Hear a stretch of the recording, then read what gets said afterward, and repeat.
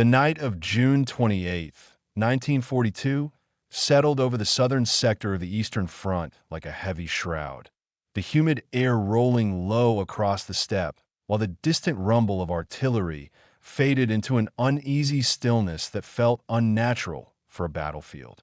At 2:17 near the hamlet of Sushchiov, Captain Erich Wimmer of the German 79th Infantry Division stepped out of his dugout, exhausted by a night of contradictory reports about ammunition delays, nervous sentries, and strange noises overhead.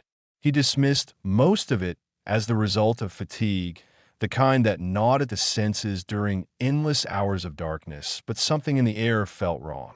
The sky, faintly lit by the low-hanging moon, seemed too still, too quiet, as though the front itself was waiting for something unseen. Then, just after 2:21, a whisper drifted across the air, so faint it resembled the rustling of fabric. Wimmer paused, turning toward the sound, expecting a truck or a low-flying reconnaissance plane, yet hearing no engine, no mechanical heartbeat. Before he could make sense of it, the first explosion shattered the silence, ripping through the supply depot behind him in a column of flame. A second blast followed seconds later, throwing up dirt and debris that rained down across the trenches. Searchlights swung wildly, cutting through the darkness in frantic arcs, but the beams revealed nothing. No aircraft silhouettes, no mechanical shadows, only the empty, indifferent sky. Men poured out of their positions, shouting, scanning the darkness for an enemy that refused to appear. Another soft, gliding hiss passed overhead, too controlled to be wind, too steady to be imagination, and then 3 more explosions erupted across the northern fuel dump. Wimmer ducked instinctively as shrapnel clattered across the earth around him. The attacking aircraft were invisible, silent, and terrifyingly precise. When a searchlight finally caught something, it was only for a second, a small, fragile shape drifting across the beam like an apparition. A wooden biplane, slow, outdated, barely held together by canvas and struts.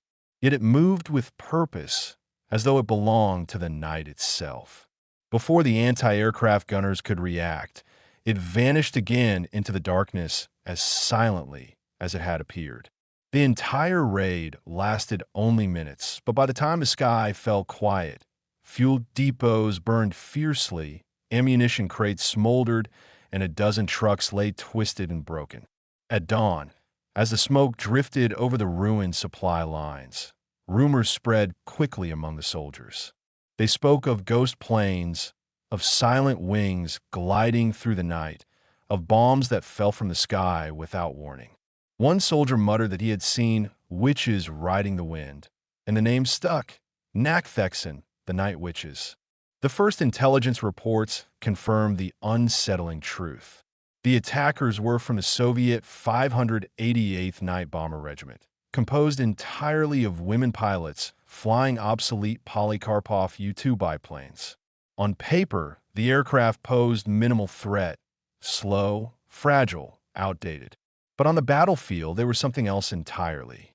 By cutting their engines before reaching target zones, they glided silently across the sky, nearly impossible to detect, almost impossible to hit.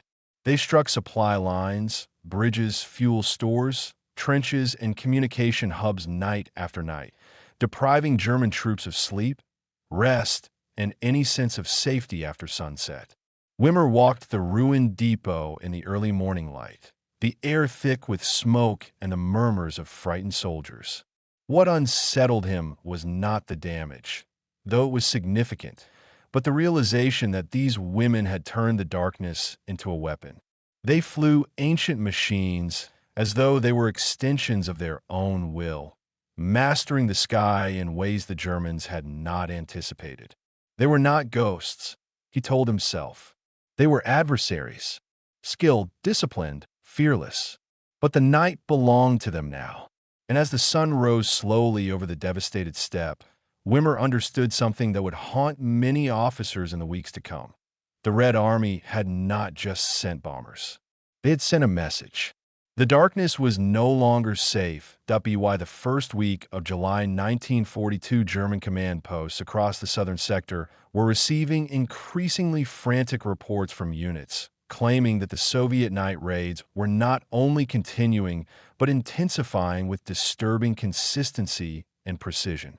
And within headquarters tents lit by dim lamps, officers pored over damaged maps, trying to understand how slow wooden biplanes could so effectively disrupt supply chains that had previously proven resistant even to Soviet daylight bombing. Major Dietrich Klaus, an experienced staff officer of Army Group South, remained skeptical until he read the after-action notes from 3 different regiments, each describing similar patterns: gliding approaches from multiple vectors, attacks spaced irregularly to prevent anticipation, and a psychological effect far greater than the physical damage alone. Soldiers deprived of sleep grew jittery, morale weakened, and veteran NCOs began noting increased cases of misfires and careless accidents caused by fatigue.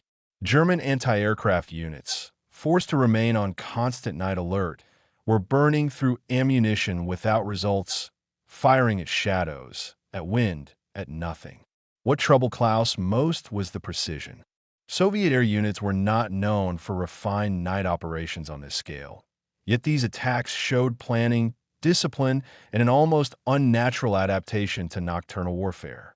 Intelligence soon identified their methodology. The pilots would fly at low altitude toward the front line. Then at a distance of roughly 2 kilometers, they would throttle back their U-2 biplanes until the engines were barely whispering, finally cutting power entirely in the last few hundred meters, so the aircraft descended silently like drifting leaves. Only at the last moment would the pilots release their small bombs by hand, simple payloads strapped to the wings or placed in the cockpit, before pulling up sharply and reigniting the engine in a gust of sputtering noise that confused gunners. Klaus exhaled slowly as he read one chilling line from a report by an officer near Novichorsk. "You do not hear them until the bombs fall. You do not see them until they are already gone." Another note from an engineer unit described the raids as psychological torture, recounting how even the creak of wooden beams or distant wind now made soldiers flinch. German commanders attempted multiple countermeasures: searchlight grids, overlapping flak zones, even instructing sentries to listen for unnatural silence rather than noise. But the night witches adapted, sometimes cutting engines kilometers earlier, sometimes gliding from higher altitude, sometimes approaching from unexpected angles, or using decoy sweeps to mislead searchlights. Their aircraft, made of little more than wood, wire, and fabric, produced radar signatures so faint that early warning stations dismissed them as interference. Ironically, the fragility of the Polikarpov U-2 made it more survivable in this specific environment.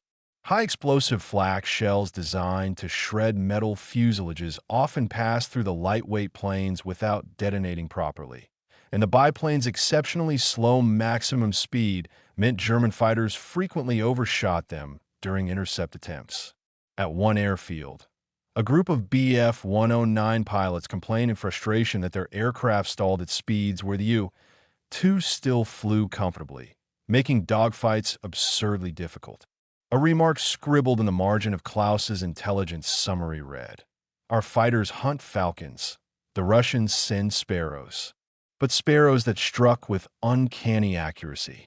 Across multiple sectors, fuel shortages deepened as convoys were forced to move only during the day, increasing vulnerability to partisans.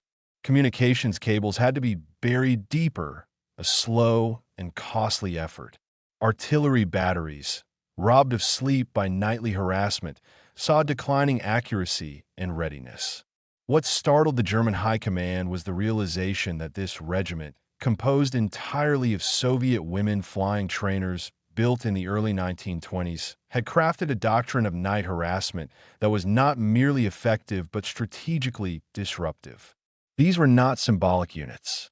They were professionals. Discipline, training, and relentless courage were evident in every operation, and their presence reshaped the rhythm of the night across the Eastern Front.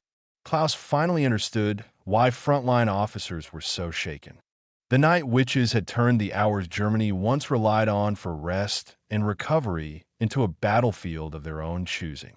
As he prepared his report for higher command, the tent shook slightly from a distant explosion, a nighttime raid somewhere west of the headquarters. Even here, miles from the front, the psychological reach of the Night Witches could be felt. Klaus returned to his desk, dipped his pen in ink, and wrote the words that summarized the growing unease at every level of command. The night no longer belongs to us. As July deepened into a season of dry heat and distant thunder, the pattern of night raids evolved into something far more unsettling than isolated harassment. For the Night Witches did not simply repeat their tactics. They refined them, expanding their reach across multiple sectors and striking with a rhythm that defied prediction. And German officers soon realized they were facing not a nuisance, but a sustained campaign designed to undermine the stability of their entire night cycle. At field headquarters near Millerovo, Colonel Friedrich Arndt sat hunched over a growing stack of reports that formed a grim mosaic of the front. Fuel depots damaged or burned outright, artillery positions forced to displace nightly, rail junctions suffering delays, communication lines severed repeatedly, and supply convoys arriving late because drivers refused to travel under the moonlight. What startled Arndt most was not the volume of attacks, but the consistency. Patterns emerging across different divisions miles apart, all describing the same eerie approach, the same ominous silence, the same sudden cascade of explosions that seemed to materialize from nowhere. The Night Witches did not rely on mass. They relied on precision, coordination, and psychological pressure. One account from the 14th Panzer Division noted that their raids always came at moments when fatigue was highest, between 2 o'clock and 3:30 in the morning, the darkest hours before dawn. Another described how the pilots targeted the edges of encampments, forcing soldiers to remain awake and dispersed rather than resting in barracks. And in a chilling set of notes from a logistics unit near Morozovsk, a senior NCO wrote that his men had begun to dread the sound of stillness itself, because quiet nights were the nights when the attacks were most likely. German attempts at adaptation achieved little. Trench networks were reinforced, lights were blacked out, supply piles were scattered to reduce damage, yet the raids continued. Even when anti-aircraft batteries succeeded in shooting down a U-2, the wreckage offered little comfort. Officers arriving at crash sites found small wooden airframes, cloth wings, and a cockpit barely large enough for a single person. Hardly the fearsome machines they had expected. But inside the remains they found notebooks filled with flight calculations, carefully drawn approach diagrams, and short letters from fellow pilots encouraging one another to stay brave. For many German soldiers, the discovery was haunting. These were not faceless enemies, but young women flying into danger night after night in machines that offered almost no protection. Yet this knowledge did not soften the fear. If anything, it intensified it. Fear of the unknown transformed into fear of the unstoppable. Because the Night Witches did not retreat after losses, they returned in greater force. In one raid near Shakti, a platoon of German engineers claimed they were attacked 5 separate times in a single night, each strike delivered from a different direction. Attempts to predict their patterns failed because the pilots changed routes constantly, using rivers, tree lanes, and even burning wreckage as temporary navigation markers. Their mastery of the night sky extended beyond tactics. It was a discipline honed by necessity. They had trained themselves to read the air in shades of black, to sense the distance between themselves and the ground by vibrations, to memorize the flicker of distant artillery so they could calculate orientation even without instruments. German intelligence units tried to break down their doctrine, mapping trajectories, compiling impact data, and reconstructing flight schedules, but the results defied neat categorization. The raids were not mechanical. They were intuitive, almost artistic, the work of pilots who knew that their survival depended on blending seamlessly with the darkness. By mid-July, German officers were openly discussing the psychological cost. Some units reported falls in discipline, tension among sentries, and a measurable rise in accidents caused by exhaustion. Medical officers treated soldiers for sleep deprivation severe enough to induce hallucinations.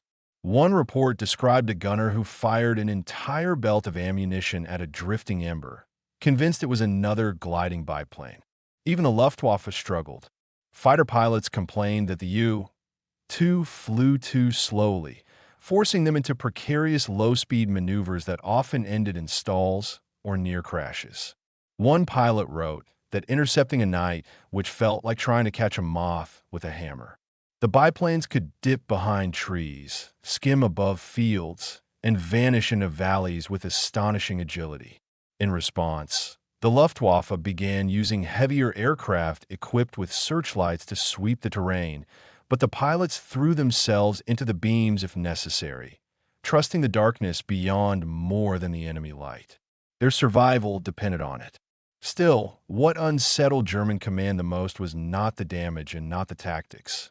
It was the realization that these women, these pilots born from necessity rather than tradition, had forged a new kind of warfare. A warfare that did not rely on superiority, but on adaptability, resilience, and relentless endurance. The night witches had turned the night into a battlefield where only they could operate effectively. And the Germans, accustomed to mastery through technological power, found themselves helpless.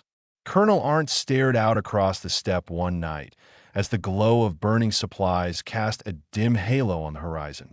He understood now why his officers described the night witches with a mixture of disbelief and dread. They were not a legend. They were not an anomaly. They were a force. And with every raid, they carved deeper into German nerves, reshaping the battlefield one silent approach at a time.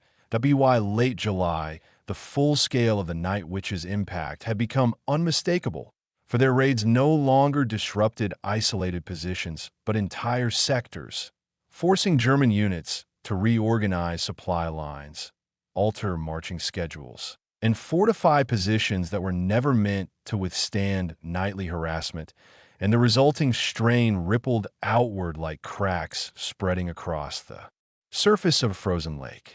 In the headquarters of Army Group B, General Lieutenant Helmut Weidling studied a spread of reports showing cumulative losses inflicted not by heavy bombers or mass Soviet armor, but by a few dozen women flying fragile aircraft that weighed less than a German staff car. Over the previous 20 days, his formations had lost hundreds of tons of fuel, ammunition, and food. Repair crews were overwhelmed, and morale indicators showed marked decline across infantry regiments stationed anywhere near the routes of the 588th Night Bomber Regiment. The general had faced British night bombers over Berlin and Soviet ground assaults at Smolensk, but nothing prepared him for the intangible pressure of an enemy who controlled the hours he once considered safe. When he presented the situation to higher command, responses were fragmented and contradictory. Some officers dismissed the raids as a temporary nuisance. Others demanded urgent reinforcement of anti-aircraft defenses, and a few advocated redeploying fighter squadrons from more critical theaters. But none of these options were realistic. The Luftwaffe was already stretched thin. The Eastern Front consumed every resource available, and the constant movement of supply columns meant that no single area could be fortified strongly enough to repel a determined night attack. Meanwhile, the night witches adjusted their tactics, shifting to rapid multi-axis raids. On the night of July 23rd, near Tatsinskaya, German soldiers described seeing no aircraft at all, only hearing the sudden rise of a faint breeze-like noise followed by 5 explosions spaced evenly along the length of a railway line, severing a crucial transport corridor. Minutes later, another flight struck an artillery battery, forcing the gunners to abandon their positions. Then, as the searchlights and flak cannons began firing blindly into the darkness, the witches reappeared on the opposite side of the encampment, dropping small bombs on fuel drums stacked along the edge of a forest. The burning barrels created a bright wall of flame that destroyed any hope of concealment. Panic spread as shadows danced across the trees, and the night took on a life of its own.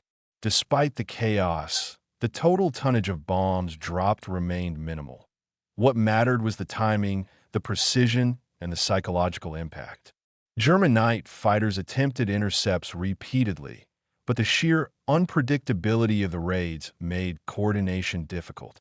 Pilots sent into the air at high alert often found nothing, burning precious fuel while searching for targets too slow, too low, and too silent to detect. One frustrated pilot wrote a line that Weidling underlined in his report: "They're not aircraft. They are the night given form."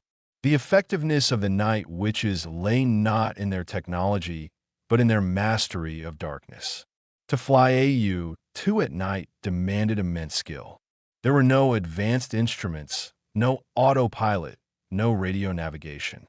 The pilots used handheld compasses, the faint glimmer of rivers, the silhouette of distant villages, and the memory of terrain learned through endless repetition.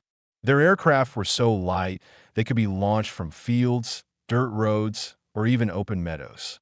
German officers soon discovered that chasing them was nearly impossible.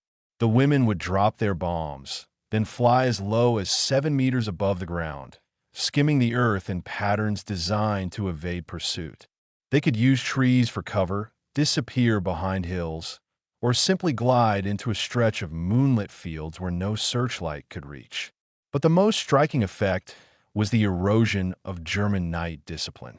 Once confident infantrymen now hesitated to sleep, their rest interrupted by phantom sounds and imagined gliders. Sentries strained to distinguish the mutter of wind from the approach of a U-2. Some units even reported cases of soldiers firing on their own shadows, convinced the witches were swooping in again. The psychological toll reached a breaking point after a series of raids near Kotelnikovo. Over a span of 3 nights, the night witches struck supply points, knocked out several ammunition caches, and bombed the divisional headquarters twice, causing disarray among staff officers. Their bombs were small, often little more than 25 kilograms each, but their placement was precise enough to render parked vehicles unusable, sever communications, and scatter formations. When engineers surveyed the damaged areas, they noted that the pattern of bombing suggested deliberate targeting based on careful observation, not random harassment.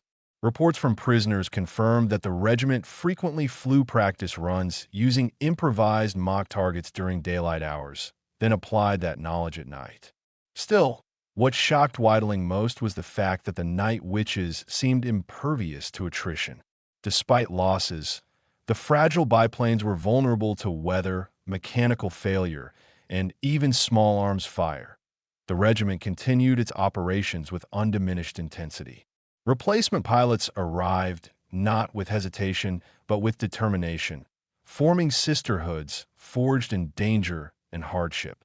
Their motivations were simple yet unyielding: defend their homeland, protect their comrades, and make the enemy fear the darkness they once owned. As July drew to a close, Weidling submitted a report stating bluntly that the effects of the night witch raids were out of proportion to the scale of the attacks, and that conventional countermeasures had proven insufficient. His conclusion was unsettling. Unless the German army could find a way to neutralize the U-2 regiments, the night would remain contested territory, a battlefield where the Soviet Union held the initiative. On the steppe that evening, as he reviewed the charred wreckage of the latest fuel dump destroyed in the pre-dawn hours, Weidling finally understood what his officers had been trying to express. The fear was not of the bombs or the planes. It was of the silence. The moment when the engines cut.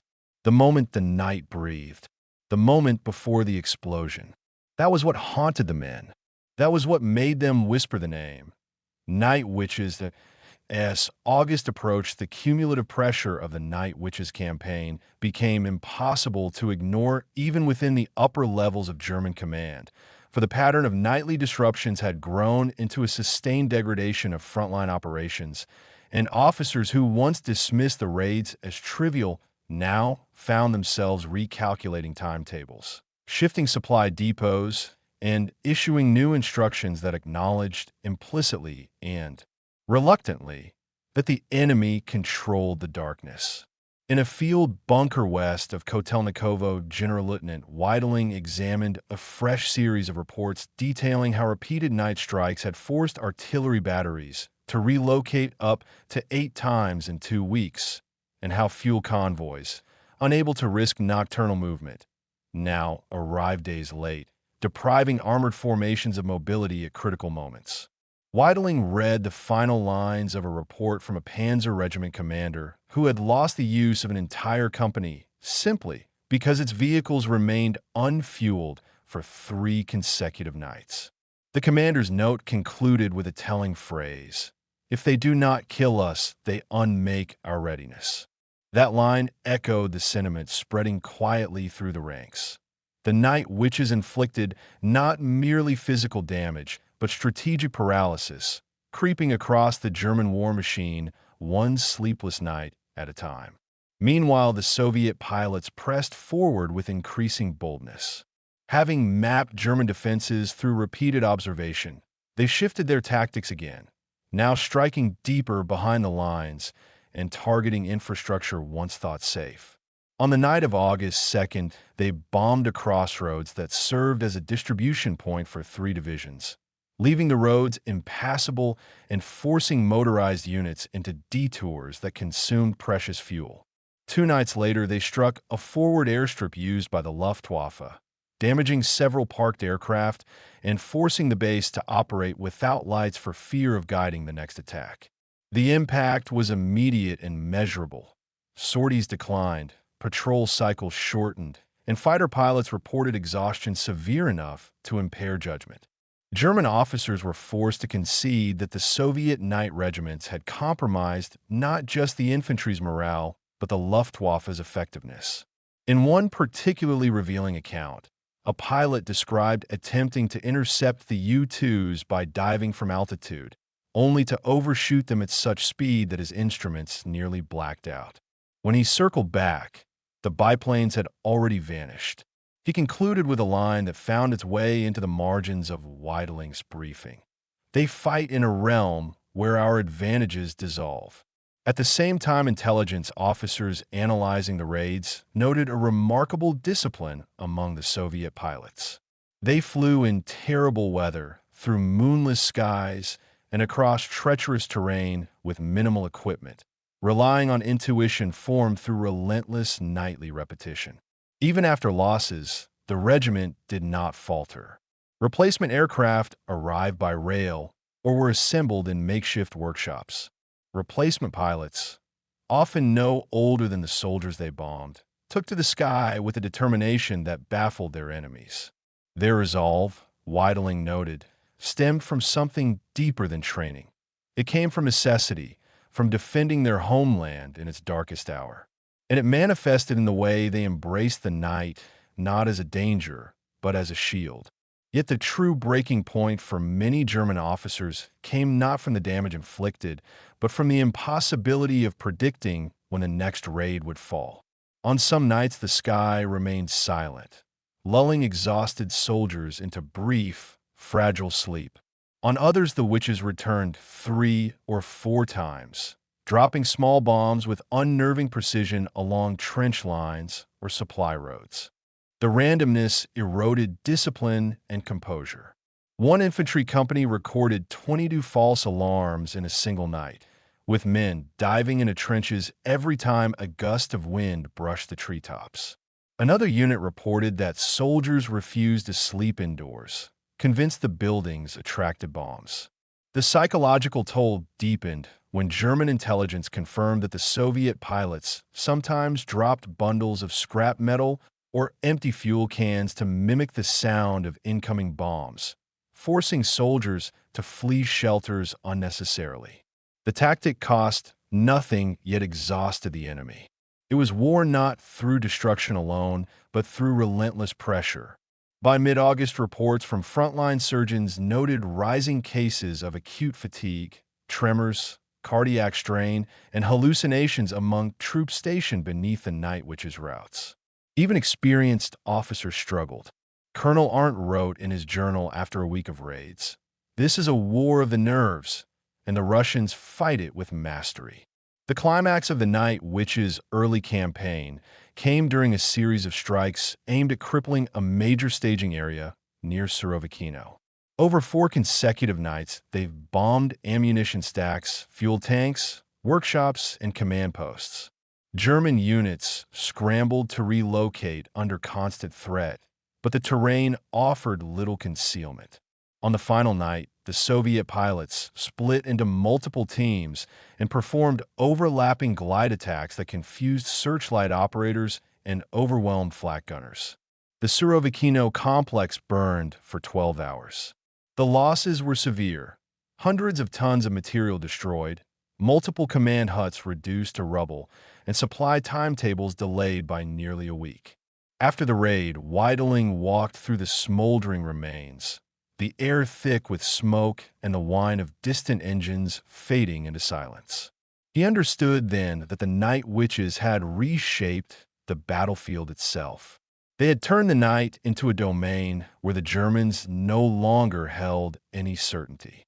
Their raids were small yet cumulative, subtle yet devastating, tactical yet deeply psychological.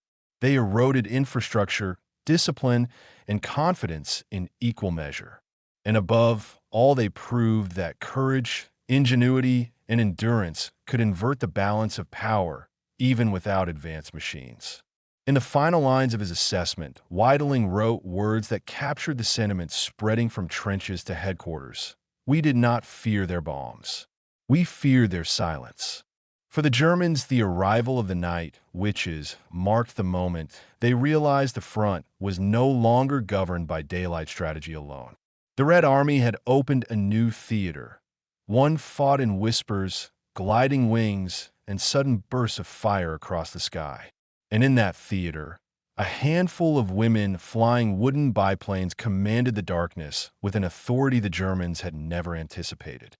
It was not the size of the bombs that mattered, nor the fragility of the aircraft, but the message carried on every silent approach. The night belonged to them.